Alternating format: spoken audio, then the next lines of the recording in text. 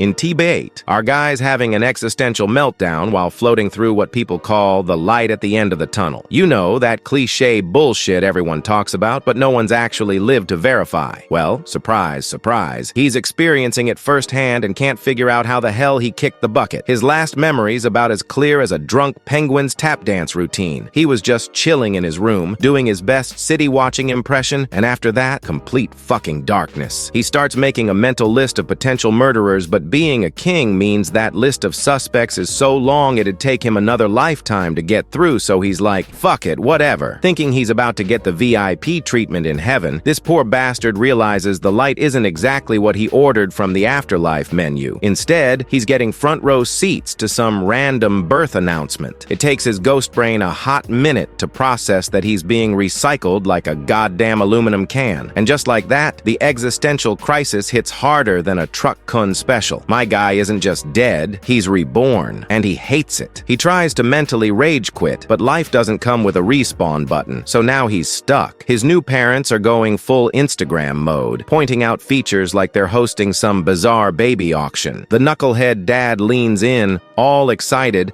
and asks baby Art to say dada. Art, channeling his inner menace, hits him with the most savage baby rejection of all time. Looking around his new digs, which are a serious downgrade from his castle days, he spots some weird-ass decorations that make him question where in the seven hells he actually ended up. As weeks crawl by, slower than a snail on sedatives, he's somewhat coming to terms with this cosmic practical joke. Sure, the family's decent enough, but this baby body? Holy shit. It's like being trapped in a straitjacket made of jello. Even his worst enemies don't deserve this level of mobility restriction. Reincarnated King was facing the most unglamorous boss battle of his life, dealing with a diaper situation that would make his royal advisors faint. This wasn't the usual, the king is in deep shit scenario. It was quite literally a deep shit scenario. And as the days dragged on like a never-ending DMV line, any hope of this being just a bad dream after too much royal wine was getting flushed down the toilet, along with his dignity. At least his new life had its moments. Strolling through town with Mommy Dearest, he took in the sights like a wide-eyed tourist, soaking in the world around him. And while being stuck in a baby's body was frustrating, he couldn't deny that this place was fascinating. But the moment Daddy Dearest got home, all hell broke loose. This man's idea of bonding time was straight-up baby torture, tossing him around like a sack of potatoes, flipping him upside down, and yeeting him into the air like he was testing gravity itself. Arthur had never felt more fragile. Once upon a time, he had been a king with unshakable resolve. Now, one wrong move and he might actually die from a hug. Of course, Mom tried to step in, telling this overgrown child that manhandling their actual child might not be the best idea. But it was already too late. The damage was done. Arthur got injured, and against all his kingly instincts, he let out the most pathetic baby wail imaginable. But just when he thought he couldn't be humiliated any further, Mommy Dearest casually whipped out some healing magic like it was no big deal. And just like that, his mind was more blown than his previous life's royal budget. Turns out, Mr. Know-It-All didn't know jack shit about this new world. Arthur was looking back on his previous life, where he was a certified badass king who went to wars, led armies, conquered countries, and outdueled other kings like they were playground bullies with pool noodles. He always came out on top regardless of how fucked the situation was. But now, all those achievements mean jack shit compared to the mind-blowing feat he's managed to pull off, learning to crawl. As little Arthur was crawling around the room like a drunk frat boy after tequila night, his parents were losing their minds, freaking out about how this dumb kid might bash his head into literally everything. When Arthur finally dragged his baby ass to the mirror, he stood there admiring the face that would eventually make ladies thirstier than desert travelers. All he needs to do is wait to grow up, which, given his current height, might take a hot minute. Staring at his reflection, he thinks how being a former king turned infant, the name Art, is way too cute for his liking. He hasn't grown familiar with it, probably because it doesn't strike fear into the hearts of enemies like his previous royal title. Now that this sneaky little bastard has learned to crawl, he refuses to stay in his prison crib. As soon as his mother kisses him goodnight, thinking that little shit will actually sleep, he waits for the perfect moment to execute Operation Freedom. This tiny mastermind throws his blanket on the floor, jumps out of the crib in what he thinks is a badass escape, but really looks cute as hell. He smugly congratulates himself, thinking he has a solid hour before Mommy Dearest comes back to check on him. Plenty of time for this reincarnated king to explore this this new world while dragging his diaper across the floor. Little Art sneakily makes his way to the study, doing his best not to get caught by his parents, especially his mother, or that'll be a different kind of hell. He thinks to himself how ever since discovering this treasure trove of knowledge, he's been sneaking in almost every night like a pint-sized cat burglar to learn more about this world he's found himself in. And for a kid who still shits his pants, he's finding some pretty serious stuff about this world. Like how the continent he's in is called Dicathan, which comprises 3 major kingdoms. There's Elenoir, the kingdom of the elves, Darv, the underground kingdom of the dwarves, and Sapine, the human kingdom, the most populated one. Just like his previous life, this world too is ruled by kings, though here rulership is passed down rather than earned, nepotism at its finest. Compared to his old world, this place is surprisingly underdeveloped, like they're still figuring out whether fire is friend or foe. Though the reason this world is stuck in the medieval equivalent of dial-up internet isn't because people are stupid, but because something called magic exists, and people rely on it for most things. Why invent a washing machine when you can just wave your hands and make your underwear clean? Now that he's ended up in this world with his king brain trapped in a baby body, he's curious about this magic bullshit. He's seen his mother do it, so naturally he wants in on that action too. So this tiny dude picks up books with his pathetic baby hands, turning pages and eventually finding where he left off before he got busted. He's discovering how this magic nonsense is very similar to a concept from his old world called Kai, which they used to practice to strengthen their bodies. In this world, the same concept is called mana, though it's not exactly the same. Kai was present inside the user's body, while mana is found everywhere around the user like an invisible ocean of power that these magic junkies get high on. Little Art has found something fascinating. Much like his earlier world, this world too has the concept of Kai. It's just that in this world, it's called mana, and lets people use magic to do all kinds of batshit crazy stuff. Though only 1 in 100 children possess this power, which makes it rarer than common sense at a flat earth convention. Before he could dive deeper into this fascinating world of mana and magic, this pint-sized genius needed to deal with the pressing problem of being a little child. After giving it a nice long scratch, he gets back to his research. He learns mana can be used in various ways, but augmenting and conjuring are the most common, like choosing between being a hammer or a wand in the magical toolbox of life. Augmenters enhance their bodies with mana, allowing them to possess incredible strength, defense, and agility, basically turning themselves into human tanks, though that leaves them open to weaknesses like having limited range, making them about as effective as a sniper with nearsightedness. Whereas on the other hand, conjurers emit mana to the outside world, allowing them to bend their surroundings to their will, like they're auditioning for Avatar. But to do this magical shit, they must supplement their own mana core with mana from the outside world to form spells, which makes them magical leeches. And judging by this information, Art has come to know that his mother is a deviant, more specifically an emitter, meaning she's this ultra-rare mage that can cast unique restorative mana. Must be fucking nice to have a mom who can heal boo-boos with magical jazz hands. Art has learned that a mage's first awakening happens between early adolescence and late teenage years, and that's when their mana core manifests. As this little shit is a certified genius with an ego to match, he's found a way to potentially have his awakening at an early age. Since there used to be a similar force in his previous life, and he was a bona fide prodigy there too, Art wonders if what he learned as a kid, the basics of how to use Kai, could be applied in this world too. So this baby Dumbledore gives it a go, probably about to either revolutionize magic or shit himself trying. Art has realized that this mana thing works a hell of a lot like the Kai he used to have in his previous life. So, knowing what he already knows about Kai and manifestation, he wants to give it a go to see if that'll work. Just as he was so close to his breakthrough, concentration etched on his tiny face, mentally preparing for magical greatness, his mother came looking for him. Seeing his constipated expression, she wonders if he was having poopy problems. Meanwhile, Art was desperately trying to telepathically tell her that he was about to do something fucking amazing, but then he realized that he indeed had soiled his pants. Turns out the greatest mage in the world first needs to learn how to handle his diaper situation before conquering the magical realm. Just like that, time flies faster than money on payday. Art's mother was looking back on those 2 years and how they just flew by. With each passing day, she's learning new things about being a mother. And if that experience has taught her anything, it's that Art is the most adorable baby in the world. approved. Even the universe agrees on this shit. She goes over his features, how he has this little patch of auburn hair and azure eyes that make him look intelligent as fuck. And if these 2 years have taught her anything, it's that she's in the parenting boat alone, because her husband has the IQ of a gorilla on ketamine. She can't leave her precious baby with him alone, because that's a recipe for disaster. It was just like last time when she left Art alone with him. The absolute dipshit had handed him over a stick and was teaching him how to fight. She has also realized that Art loves to go on strolls with her, especially to the small merchant strip in central Ashbur, probably scoping out future territory like the reincarnated kingpin he is. Because he likes it so much, she makes sure to go into town every day for her grocery shopping rather than twice a week, turning their little outings into a daily highlight that has this baby genius mentally taking notes on the world he's planning to dominate once he figures out how to use the potty. Art's mother is playing the narrator and going over their daily routine of how she goes to market every damn day because Art likes it so much. This tiny manipulator is fascinated by almost everything, and people there like him so much too. Seeing how she can't say no to that adorable face of his, she wonders if she's spoiling him, though she consoles herself saying that all of this is for fresh food and his educational purpose. Watching how her baby boy is growing up so quickly, she wonders how he'll be when he's all grown up. And seeing that he's also inherited some genes from that absolute idiot of a father, she knows he'll definitely want to be an adventurer. This makes her worry that he'll turn out like those naive young teens who think they're invincible until they become dragon snacks. As she was wondering about her son's future career as monster bait, she heard a noise, and there goes that little devil towards the study again. Seeing how often he's sneaking into the study like it's a strip club, she's tempted to move his crib there to put an end to this cat and mouse game once and for all, though she decides to leave that brilliant parenting hack for another day. She picks up Art and puts him to sleep, probably wondering where she went wrong in raising this bookworm baby. As days fly by, faster than her sanity, Art has grown a little bigger. He's looking out of the window, watching his father train with the intensity of a sports fan during finals. He reflects on how it's been 2 years since his crib was moved to the study, and ever since that glorious day when he could read as much as he wants, he's been learning more about this world every day. Yet there's always shit that fascinates him, and right now, that fascinating thing is his father's training. He's been staring at him for quite a long time while his father was concentrating and chanting something over and over again, like a lunatic with OCD. Finally, his dad did something magical, and Art was over the fucking moon, as this was the first time he'd get to see his father's powers in action, probably expecting some earth-shattering display only to witness his dad conjure something as impressive as a sparkler at a fireworks show. Little Arthur was watching his father train, and this man was acting like he was about to pull off some god-level jutsu. He did all the dramatic hand movements, took a deep breath, and focused really hard. Arthur was expecting at the very least the skies to split, maybe a tornado, or something worthy of the theatrics. But nope, dude just moved some rocks. Arthur, sitting there on the sidelines, felt scammed. After all that build-up, his dad managed to slightly shift some pebbles. And then get this, he turned around with the biggest, proudest smile, fully expecting Arthur to be amazed. He even asked, "Well, Art, isn't your daddy awesome?" Arthur had so much to say, but unfortunately, he was too tiny to say it. So he just sat there in silence, nodding while internally screaming, "3 minutes of dramatics for this? You could have just used your hands." That's when his mom showed up. She patted Arthur's head and asked if he was watching his dad train. Meanwhile, Arthur's dad was completely unbothered, just putting on his gloves, ready to show off some martial arts moves next. Arthur, hanging by the window, was putting the pieces together. His dad was an augmenter, someone who reinforced their body with mana. But that left him with one big question when his mana core awakened. Would he be like his father, like his mother, or just a disappointment? Arthur was still watching his dad train, and after that embarrassing rock-flinging performance, he had zero expectations left. But then, his dad snapped into full focus mode. As soon as a leaf touched the ground, he started throwing hands, showing off fancy martial arts moves, combos, and footwork like he was straight out of an action movie. Okay, maybe that was kinda cool. Arthur gave a small nod of approval. All right, old man, you redeemed yourself. Watching him, Arthur smiled, thinking, yeah, maybe this life is actually going to be peaceful. Satisfied, he decided it was time to head back and read some books. But as he turned around, reality hit. The height from the bench to the ground looked way too high for him. Maybe it was because he was tiny, or maybe it was past life trauma kicking in. Either way, he was scared as hell, but he wasn't about to be a coward. With trembling limbs and half-crossed eyes, he carefully started his descent. That's when his mother mother saw him, but instead of seeing a fearless warrior conquering his fears, she thought, "Oh, my baby must be sleepy." Before Arthur could protest, she scooped him up, gave him a little kiss, and started taking him to his room for a nap. As they passed by the library, Arthur started whining for books, but his mom shut that down real quick. Nope, nap time. Realizing he was out of options, this little schemer pulled out the most dangerous weapon in his arsenal. He wiggled out of her arms, put some distance between them, and then he activated his ultimate move, the adorable baby face. With the sweetest voice in existence, he looked up at her, eyes shining like a lost puppy. He went, "Mama, please, books." He hit his mom with a charm attack so strong she had to physically push him away just to catch her breath. But Arthur wasn't letting up. This tiny schemer stayed persistent, giving her the full puppy-eyed experience. And honestly, how could she say no to that face? With a sigh, she caved. "All right, you can play in the study for a bit." Arthur, the little devil, straight up guilt-tripped her. Now she was face-palming, thinking, "Am I not a doting mother? Boys his age should be playing outside." But she reassured herself that the study was baby-proofed, so there was nothing to worry about. Meanwhile, Arthur had zero shame about the trick he just pulled. A warrior must use every tool at his disposal. He justified his actions, marching his tiny self into the study like he just won a battle. He plopped down with a book, completely focused, while his mom watched over him. But then, a loud crash echoed through the house. Arthur barely flinched, but his mom? Oh, she already knew what happened. She turned toward the source of the noise, already muttering curses under her breath. What the hell did that dumbass do this time? As she stormed off, she was mentally preparing herself to see if he had knocked down yet another tree. Arthur's mother went out to see what her idiot husband did this time. Little Art got some time to make progress towards his mana core. This was his biggest achievement so far, except for gathering intel about this world like some pint-sized spy. To form and strengthen his mana core, Arthur has been gathering fragments of mana particles inside his body for the past 2 years, meticulously collecting them near his solar plexus. It's like he's playing the world's most complicated game of magical hide-and-seek with these microscopic energy bits. As he was doing that, he came to a mind-blowing realization about why forming a mana core takes so much time for kids and why mana cores won't form until adolescence. Turns out, it takes these little energy fragments an eternity to gravitate towards the center of the body. It was taxing on both his mind and body, but he'd been making progress these past 2 years, slowly but surely. Today, he could feel it. He was almost there, forming the mana core. Outside the house, Arthur's dad was holding a tree he had just broken, making sure it doesn't fall and destroy the garden. Meanwhile, Arthur's mom was standing in the background, giving him those looks that scream, "I married an absolute walnut." Seeing how stupid he was behaving, she couldn't help but laugh at the situation. Little did she know, inside the house, Arthur was about to turn this calm moment into absolute chaos. He was at the final step now. Just one last piece was needed to complete his mana core. And when he did, boom!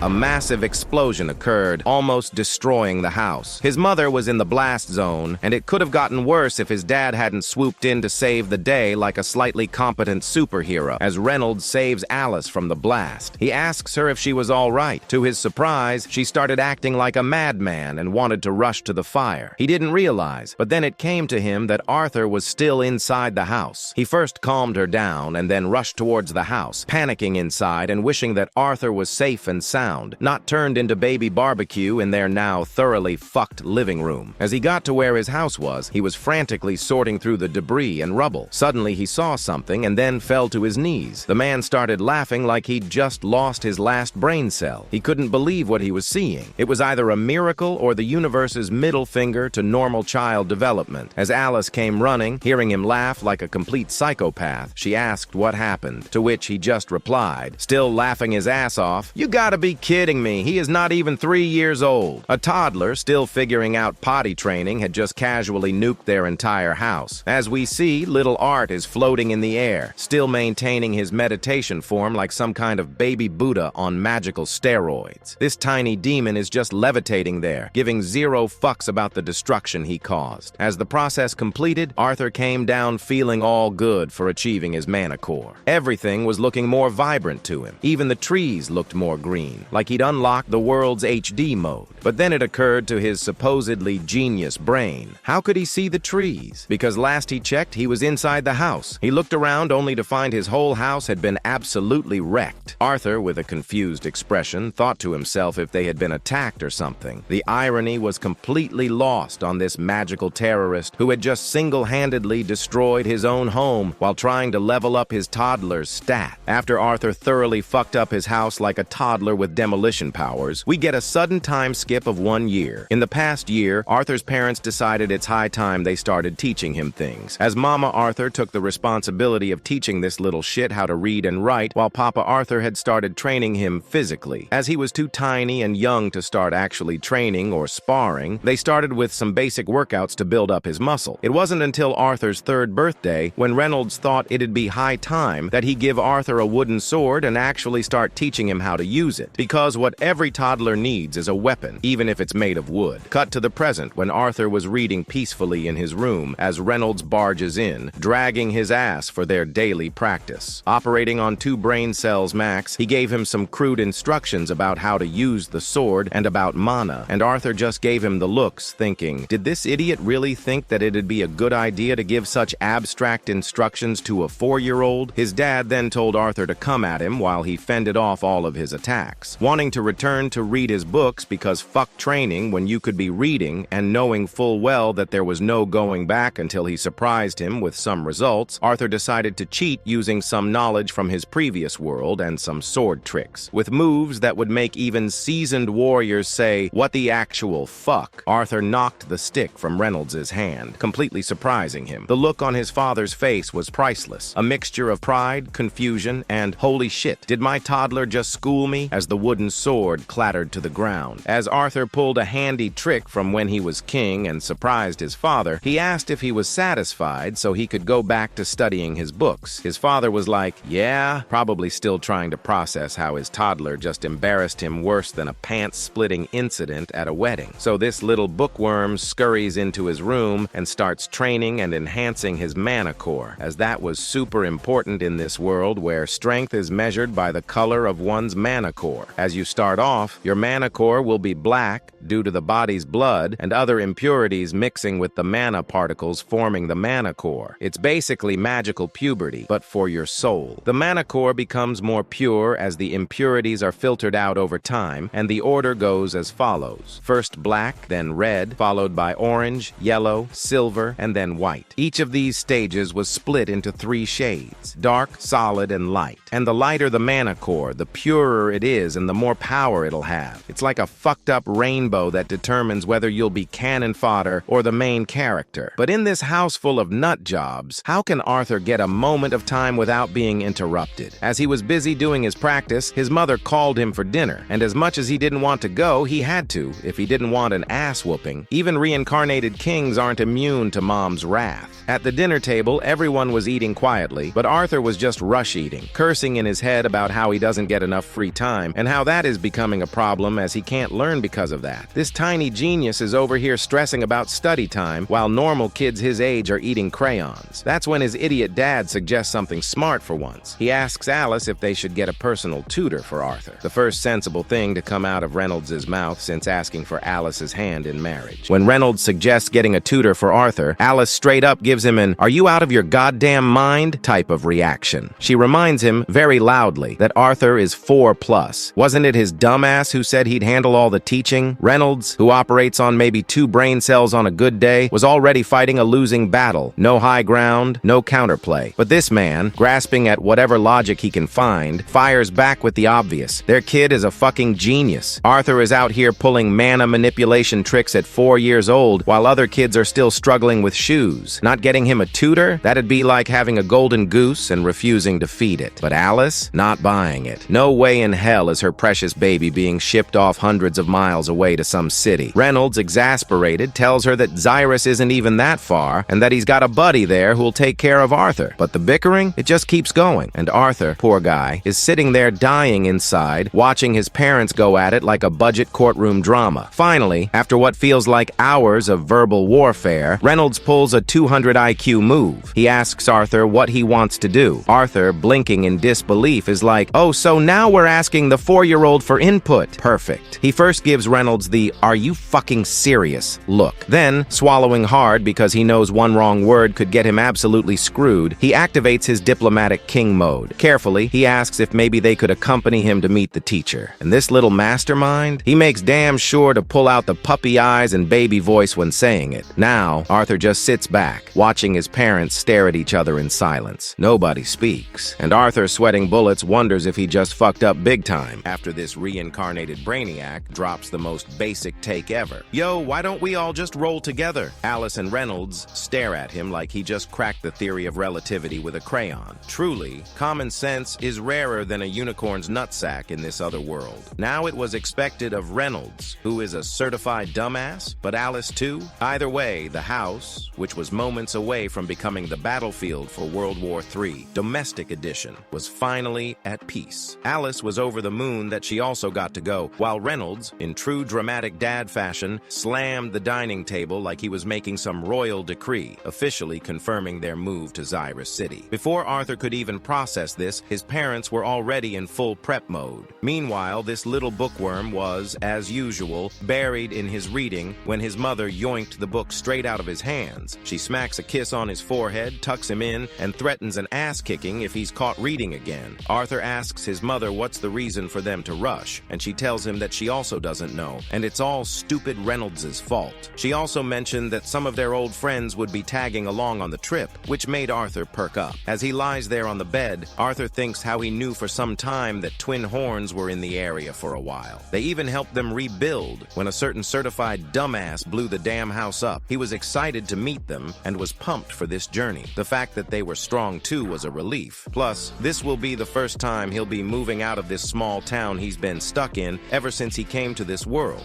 So he was super duper excited, like a kid on a sugar rush heading to Disney World. The day Arthur's been drooling over finally smacks him in the face. He's ditching this trash tier town he's been rotting in since he got isekai, and Zyrus City's his glow-up arc. The fam rolls up to meet the twin horns, Reynolds and Alice's old crew of adventuring lunatics. Reynolds shoves Arthur at them like, "Meet my kid," and this little gremlin drops etiquette so clean they're all stunned, thinking, no way this angel shares the same DNA as this clown. With his cute-as-hell face, he's instantly the group's golden boy. Angela snatches him up, smothering him with her massive mana orbs, and for those moments, Arthur's in paradise, while you simps watching are crying in the comments, "It should have been me," like a bunch of thirsty losers. Not every horn's drinking the Arthur Kool-Aid, though. He catches one chick posted up on the sidelines, staring at him like he's a tutorial mob not worth her XP. Helen clocks his glance and smirks. Don't sweat her, she's just a weirdo as she introduces herself. Meanwhile, Reynolds, realizing they could stand around simping over Arthur all day, clapped his hands. All right, now that everyone's acquainted, how about we get moving? With that, the group loaded their gear onto the wagon, and just like that, they hit the road to Zyrus City. And so, Arthur's journey finally began. As Arthur and his crew of weirdos continue their journey to Zyrus City, they run into some monsters that the group makes quick work of in an instant. After that, they decided to camp there for the night because nothing says perfect campsite like the fresh corpses of defeated monsters. Seeing that Arthur was bored, Helen asked Arthur if he was doing all right, as the journey could be tiresome and he is just a kid. Arthur maybe was thinking in his mind, yeah, in this life, bitch, this reincarnated king trapped in a toddler's body has the patience of a saint dealing with these condescending adults. Helen sits beside Art and mentions how his dad had chewed their ears off, bragging about him the whole damn way, and they started talking. Meanwhile, Redhead, feeling a bit bored and apparently lacking any sense of proportion, asks Reynolds if it'll be okay if he spars with the boy. Arthur was cursing him in his mind, probably thinking something like, what kind of fucked up adult wants to fight a preschooler? Reynolds gives the go-ahead, but also told him to take things easy, because nothing says responsible parenting like letting your 4-year-old son spar with a full-grown adventurer. Arthur, who was chilling in his seat, gets dragged by this older dude for a sparring session. He was thinking how stupid this was to even allow such a request, as most boys his age would even struggle to climb stairs, and he has to deal with this shit. But given his tiny stature, he doesn't exactly have a say in this, so he decided to go along with it. He gets ready for the spar while Redhead was still taking it all too lightly. This dude was about to get a rude awakening that would make being slapped by reality seem gentle by comparison. Feeling all too cocky, Redhead asks Arthur if he could reinforce his weapon, and suddenly Redhead gets serious. Arthur sensed that he was about to get floored as the Redhead was out for blood, probably wanting to establish dominance over a literal child. He looks helplessly at the group, praying that someone will get him out of this mess, but no Nope, everyone wanted to see what this boy genius could do. In a desperate attempt, he looked at Reynolds with his puppy eyes, telepathically sending him a message to bail him out of this situation. But like always, Reynolds was useless, and the message didn't get through that thick head of his. As Arthur realized that he was in deep shit and that there was no getting out, he went, fuck it, and got serious for the spar. This tiny terror started reinforcing his wooden sword with mana and relying on all of his previous life's knowledge as a king. He tightened his grip and charged at the redhead like a miniature berserker with a grudge. Meanwhile, the redhead just smiled seeing how this tiny boy was charging at him, probably thinking this would be as challenging as swatting a fly with a tennis racket. Arthur dashed and then leaped at the redhead with the fury of 1,000 toddler tantrums. Redhead, thinking he was some genius and had seen through Arthur's attack, tries to block him, but then Arthur just vanishes before his eyes like a magic trick gone wrong, leaving him in utter shock. Redhead couldn't comprehend how this tiny little thing could move so fast, his brain short-circuiting. Arthur had landed the attack perfectly, but thanks to his tiny little body, he couldn't ace the landing and almost tripped. Talk about a badass move ruined by baby legs. Redhead, realizing that the boy wasn't that bad, was grinning, knowing that he doesn't have to hold back. These two just go at it, clashing weapons like a bizarre David and Goliath remake until Arthur pulls an underhanded headbutt, knocking Redhead off balance with his abnormally hard toddler skull. At that point, the Redhead's battle instinct took over as he first launched a kick and then an attack that he absolutely shouldn't have used on a kid, knocking Arthur back a move that he got thoroughly smacked for afterwards by the rest of the group. Redhead asks Reynolds exactly what he did to Arthur to make him a monster like that, while Reynolds just goes, "Huh, I didn't teach him shit." The proud confusion of a father who has no fucking clue how his son turned into a pint-sized killing machine, but is taking credit for it anyway. As Arthur got smacked by the redhead in their duel, he was getting patched up by his mother. She asked him if that's what he had been studying in those books, and Arthur blanked for a moment. He can't exactly go, "Hey, I was a king in my previous life and all that shit," so he makes up an excuse as to why he knows stuff like that. He told her that he learned those techniques by watching his dad, plus combining what he learned from the books, which is bullshit of the highest order since Reynolds couldn't teach a fish to swim, but everyone bought it like it was on clearance. And to say the least, the twin horns were impressed with this little shit,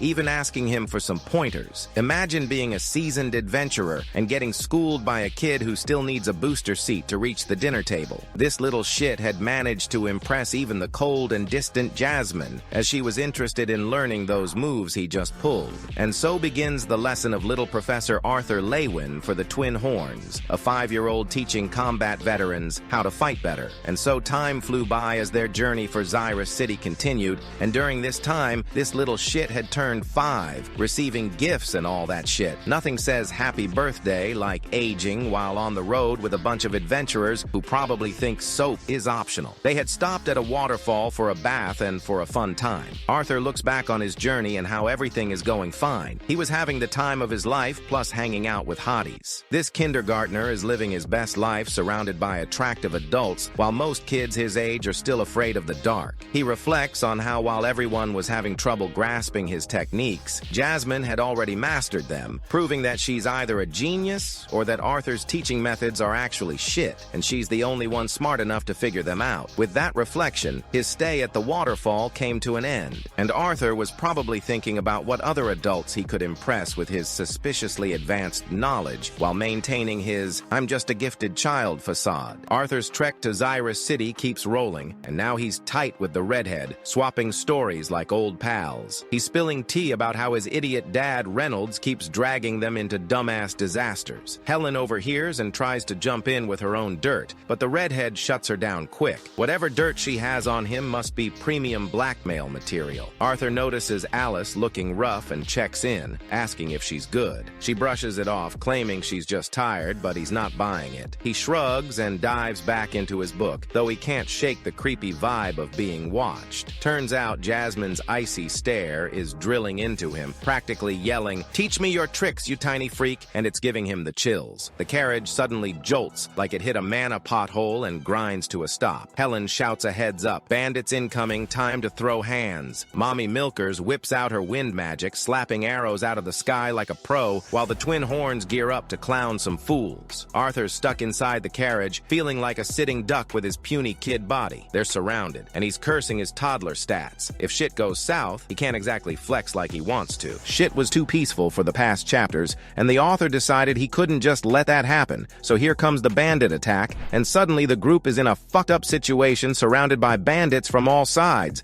with them outnumbering our heroes like rats at an all-you-can-eat dumpster dive. Mr. Ogreface right here then orders his men to kill everyone and only leave women and kids unharmed, as damaged goods would sell for less. Arthur, who was living a pretty peaceful life until now, had forgotten how the world is full of assholes. He once again curses at the situation for being tiny and useless. But regardless, I was ready to gut that walking dumpster fire of a bandit leader. But Alice snaps into full mommy panic mode, yanking him into a bear hug. Outside, Reynolds and the group were putting up a good fight against the bandits, and the entire cliff had turned into a battlefield bloodier than a butcher shop during discount day. Just then, a few arrows come flying towards Art and Alice. Arthur was about to get his MC moment, ready to do some protagonist shit, but mommy milkers swooped in to save them both from the incoming arrows. And then the bandit leader, that walking advertisement for birth control, comes in himself, probably thinking he's hot shit when he's really just shit. Reynolds, seeing him, went full-on berserk mode, jumping off a cliff, giving flying knees, and eyeing that bandit bastard like he'll kill him with looks alone. The first time Reynolds has shown any signs of intelligence is when he's about to murder someone. Shit was about to get real, as the bandit boss had already stepped into the field. Reynolds charged towards him, ready to unalive him, when a dude sneaked behind him. But Mommy Helen saved his ass. The fight was far from over. These bastards just kept on coming like subscription notifications after you accidentally click free trial. Just as Jasmine was busy taking care of these bandit scums, some masochist fuck appears out of nowhere with the second ugliest face, not wanting to look at it for a second more. Jasmine tries to floor him to the ground, but it just so happens that Jasmine was at a disadvantage in this fight. Arthur wonders if he can take on this walking dumpster fire if shit hits the fan. Just then, Reynolds came crashing at the carriage. The ogre's mistake had overpowered him. Arthur told Alice to heal Reynolds, but she was trembling and couldn't process at her optimal level. Arthur had noticed that there was something wrong with his mother, as she was just crying and saying how she couldn't heal him. But now exactly wasn't the time for observation when the bandit leader was closing in. Arthur wonders why she wasn't healing him. The battlefield was chaos. Arthur's tiny body was useless, his dad was down, and his mom was having a breakdown. Just another family road trip from hell. The shit had hit the fan, as the walking STD had overpowered Reynolds in their fight, and now Alice and Art were right in the danger zone. As Alice heals Reynolds, he told Arthur that after she uses the healing spell, he has to take Alice and run away, as she'll be vulnerable after using that spell, and those fuckers would want to use that to their advantage. Reynolds told Arthur not to worry about him, as he can fend off these assholes, but he can't do that if he has to worry about protecting them. He told Arthur to take Alice down the trail they had just come from. Arthur couldn't comprehend what Reynolds was saying. He thought, why was there a need to run away in the first place when both of them could take on this ugly thing if they work together? He told Reynolds that he can help, reminding him that he can pull his weight in a fight. Reynolds smiled, patted him on the head, and told Art that he wasn't doubting his abilities, and that's why he was entrusting his mother to him to protect her. Then with a pause and an even bigger smile, he told Arthur that he also has to protect the baby that is inside her. Arthur stood there, his tiny reincarnated king brain probably short-circuiting as he processed this new information. Not only does he have to protect his mom, but also the future sibling who's going to share half of this idiot's genetics. Life in this new world just keeps getting more complicated for our little Art. In the beginning, after the end, as Reynolds breaks the news to Arthur that Alice is pregnant, it all suddenly started making sense to Art as to why her mother was feeling tired and why she was hesitating in healing Reynolds. Reynolds pats him on the head again, entrusting Alice to him, and little Art is all too determined, promising him that nothing is going to happen to them on his watch. As the healing almost ended, Reynolds signaled Art to be prepared, as the bandits have 4 mages on their side, and that human-ogre crossbreed isn't going to make things easy for him. The bandit leader points at Alice, ordering his men to take out the healer. Arthur grabbed Alice and ran away, as Reynolds got ready for round 2. As Arthur ran, that masochist fucker from earlier came after Arthur and Alice. Though the redhead signaled him to get down, he personally had to step in to block the blow, buying them time so they could escape. Arthur was almost to safety when a bandit shot an arrow at them from behind. Luckily, Arthur sensed it, but couldn't exactly block it with his wooden sword, though he tried, and the sword broke, deflecting the arrow. The archer was having an existential crisis seeing this. Before he could shoot a second arrow, Mommy Helen takes care of him. Art, with his pregnant mom in tow, sprinting away from danger while adults fight for their lives, is just another Tuesday in this fucked up fantasy world. Follow for more.